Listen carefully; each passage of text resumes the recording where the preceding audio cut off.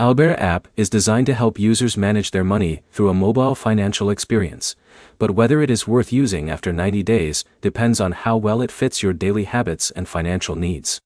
After using an app like Albert over a longer period, the main things to evaluate are the features you actually use, the value you receive, and whether the experience improves how you handle your money. The first thing to check is consistency.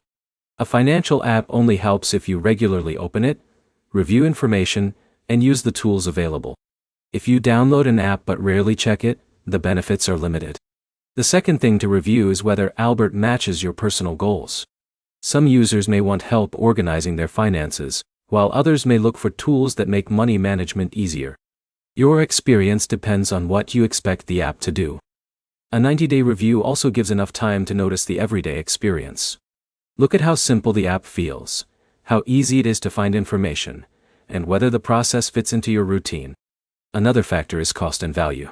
Before continuing with any financial service, check the current pricing, available features, and whether the service provides enough value for your situation.